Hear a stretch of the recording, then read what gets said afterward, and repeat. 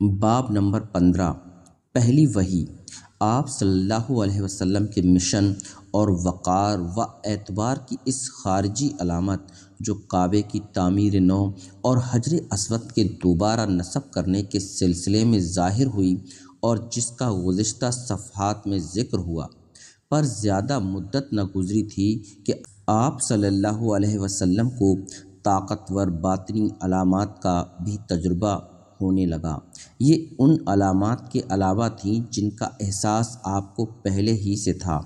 ان کے بارے میں جب آپ صلی اللہ علیہ وسلم سے دریافت کیا گیا تو آپ صلی اللہ علیہ وسلم نے رویائے صادقہ کے بارے میں بتایا جو نیند کی حالت میں آپ صلی اللہ علیہ وسلم کو نظر آتے تھے، اور فرمایا کہ وہ سپیدہ سحر کے نمودار ہونے سے مماثلت رکھتے ہیں۔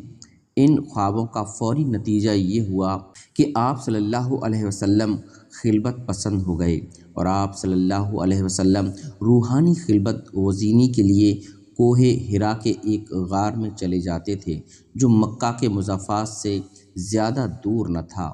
یہ کوئی ایسی بات نہ تھی کہ قریش کو خاص طور پر عجیب معلوم ہوتی، کیونکہ خلوت گزینی اخلاف اسماعیل کے یہاں ایک روایتی عمل رہا تھا، اور ہر نسل میں ایک دو آدمی ایسے ہوا کرتے تھے جو وقفے وقفے سے کسی تنہائی کے مقام پر چلے جاتے تھے تاکہ انہیں ایسی فرصت بہم پہنچ جائے جو انسانوں کی دنیا سے غیر آلودہ ہو۔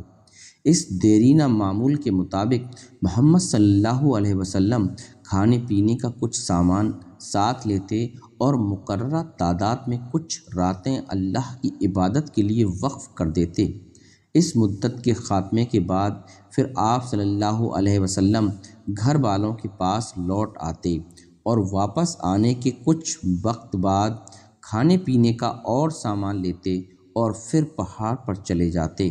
ان چند برسوں میں اکثر یہ ہوتا کہ آپ صلی اللہ علیہ وسلم شہر سے باہر نکلتے اور اپنی خلوت گاہ کے قریب پہنچ ہی رہے ہوتے کہ واضح الفاظ میں یہ صدا کانوں سے ٹکرائی: السلام علیک یا رسول اللہ۔ آپ صلی اللہ علیہ وسلم مڑتے یہ دیکھنے کے لیے کہ صدا دینے والا کون ہے، لیکن کوئی نظر نہ آتا، اور ایسا لگتا جیسے یہ صدا کسی پتھر یا درخت سے آئی ہو۔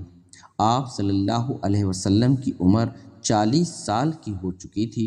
رمضان کا مہینہ تھا جو اعتکاف اور خلوت گزینی کا روایتی مہینہ کہلاتا ہے۔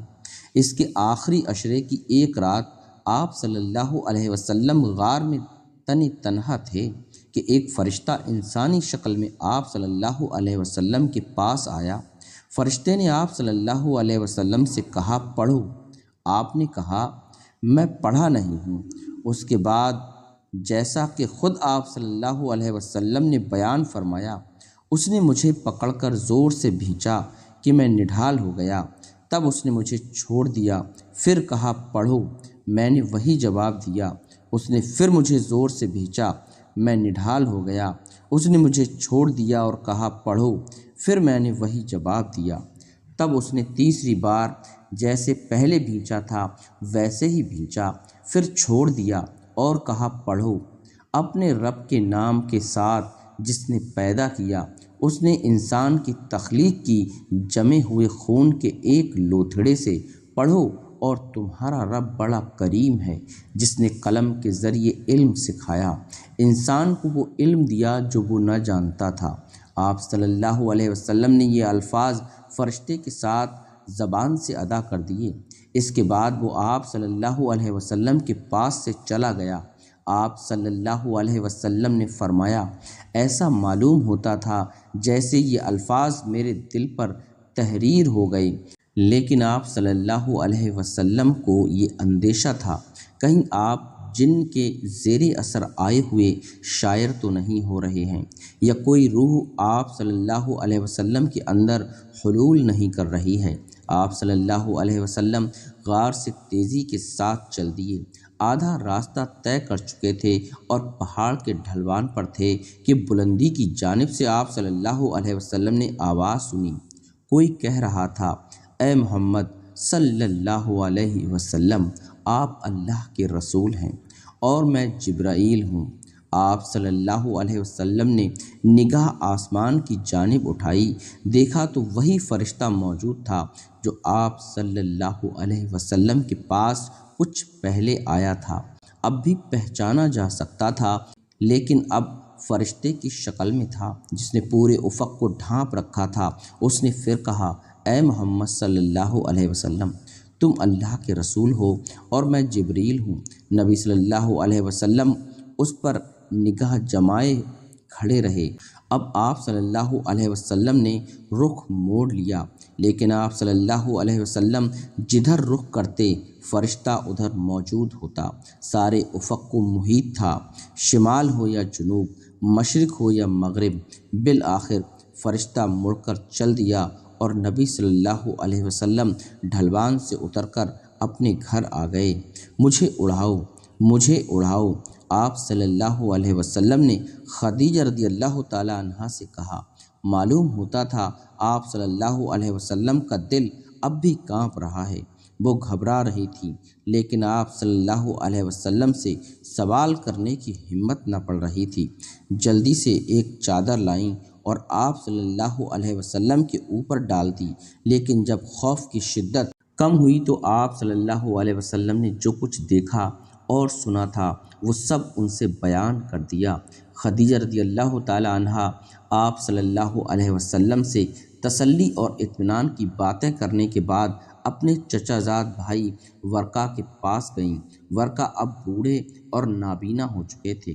انہوں نے کہا، سبحان سبحان، اس ہستی کی قسم جس کے قبضے میں ورقہ کی جان ہے، محمد صلی اللہ علیہ وسلم کے پاس ناموس اکبر آیا ہے، وہی جو موسیٰ علیہ السلام کے پاس آتا تھا۔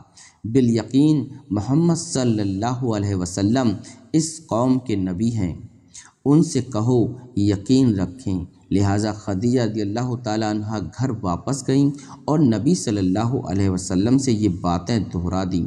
چنانچہ طمانینت قلب کے ساتھ آپ صلی اللہ علیہ وسلم غار کو واپس گئے تاکہ خدا کی عبادت کے لیے خلوت گزینی کے مقرر دنوں کی تعداد پوری کر لیں۔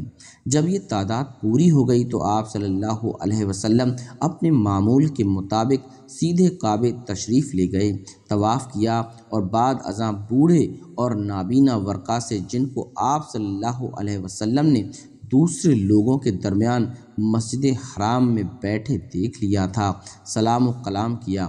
ورقہ نے کہا، برادر زادے، مجھ سے بتاؤ تم نے جو دیکھا ہے اور جو سنا ہے۔ نبی صلی اللہ علیہ وسلم نے ساری رودات بیان کر دی۔ رودات سن کر مرد بزرگ نے وہی بات پھر کہی جو اس نے خدیجہ رضی اللہ تعالیٰ عنہا سے کہی تھی، لیکن اس بار اتنا اضافہ اور کیا، تم کو جھوٹا کہا جائے گا، تمہارے ساتھ برا سلوک کیا جائے گا اور لوگ تم کو نکال دیں گے، تم سے جنگ کریں گے۔ اگر میں زندہ رہا اور مجھے وہ دن دیکھنا نصیب ہوا تو خدا جانتا ہے میں اس کی مرضی کی حمایت کروں گا۔ اس کے بعد وہ آپ صلی اللہ علیہ وسلم کی طرف جھکے اور آپ صلی اللہ علیہ وسلم کی پیشانی چوم لی۔ نبی صلی اللہ علیہ وسلم اپنے گھر واپس ہوئے۔ خدیجہ رضی اللہ تعالی عنہا اور ورقہ کے تسلی آمیز کلمات کے بعد عالم بالا سے بھی ایک دوسری وحی کی صورت میں تسلی اور طمانینت بہم پہنچی۔ اس وحی کے نزول کا طریقہ تحریر میں نہیں آیا ہے، لیکن جب دریافت کیا گیا کہ وحی کیسے آتی ہے تو نبی صلی اللہ علیہ وسلم نے دو طریقوں کا ذکر کیا، صدائے جرس کے تموز کی مانند، اور یہ طریقہ میرے لیے بہت پر صعوبت ہوتا ہے۔ جب میں ان کے ذریعے منتقل کیے ہوئے پیغام سے آگاہ ہو جاتا ہوں تو لرزشیں ہلکی پڑ جاتی ہیں، اور کبھی فرشتہ انسانی شکل اختیار کرتا ہے اور مجھ سے ہم کلام ہوتا ہے، اور وہ جو کچھ کہتا ہے اس سے آگاہ ہو جاتا ہوں۔ دوسری بار وہی ایک مفرد حرف سے شروع ہوئی۔ یہ ان پر اسرار حروف کی بالکل ابتدائی مثال تھی جن سے قرآن کی متعدد سورتیں شروع ہوتی ہیں۔ اس حروف کے بعد ہی اللہ کی جانب سے ایک قسم ہے جو قلم کی کھائی گئی، والقلم۔ قلم کا تذکرہ ایک ابتدائی ذریعے کی حیثیت سے جو انسان کو اپنا علم و دانش عطا کرنے کی خاطر خدا اختیار کرتا ہے، پہلی ہی وحی میں کیا جا چکا تھا۔ قلم کے بارے میں دریافت کیا گیا تو نبی صلی اللہ علیہ وسلم نے فرمایا، پہلی چیز جو اللہ نے تخلیق فرمائی وہ تھا قلم۔ اس نے لوح کی تخلیق فرمائی اور قلم سے فرمایا لکھ۔ قلم نے جواب دیا، میں کیا لکھوں؟ اس نے کہا، میری تخلیق کے بارے میں میرا جو علم روز قیامت تک ہے اس کو تحریر کر۔ تب قلم نے شروع سے آخر تک تحریر کر دیا جو مقدر ہو چکا تھا۔ قلم کی قسم کے بعد ایک دوسری قسم وارد ہوئی، قسم اس کی جو وہ لکھتے ہیں اور ان چیزوں میں جو وہ یعنی فرشتے عالم بالا میں کمتر درجے کے کلموں اور کمتر درجے کے الواح پر لکھتے ہیں۔ وہ ہے قرآن کا اصل سماوی نسخہ جس کی جانب بعد کی نازل شدہ آیات وحی میں لوح محفوظ پر ذیشان قرآن کے لفظ اور الکتاب سے تعبیر کیا گیا ہے۔ مذکورہ دونوں قسموں کے بعد خدا کی جانب سے اطمینان دہانی ہے۔ نون، قسم ہے قلم کی اور اس چیز کی جسے لکھنے والے لکھ رہے ہیں۔ تم اپنے رب کے فضل سے مجنون نہیں ہو اور یقیناً تمہارے لیے ایسا اجر ہے جس کا سلسلہ کبھی ختم ہونے والا نہیں، اور بے شک تم اخلاق کے بڑے مرتبے پر ہو۔ پہلی وحی کے بعد کچھ عرصہ وحی کا نزول موقوف رہا، یہاں تک کہ آپ صلی اللہ علیہ وسلم اندیشہ محسوس فرمانے لگے کہ شاید آپ صلی اللہ علیہ وسلم نے کسی طرح عالم بالا کی ناراضی مول لے لی ہے۔ حالانکہ حضرت خدیجہ رضی اللہ تعالی عنہا برابر آپ صلی اللہ علیہ وسلم کو اطمینان دلاتی رہیں کہ ایسا ممکن نہیں۔ تب بالآخر سکوت ٹوٹا، مزید تسلی اور یقین دہانی آئی۔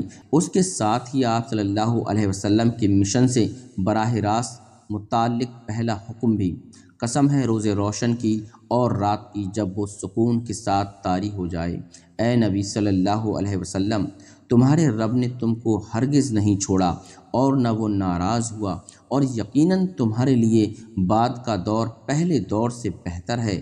عنقریب تمہارا رب تم کو اتنا دے گا کہ تم خوش ہو جاؤ گے۔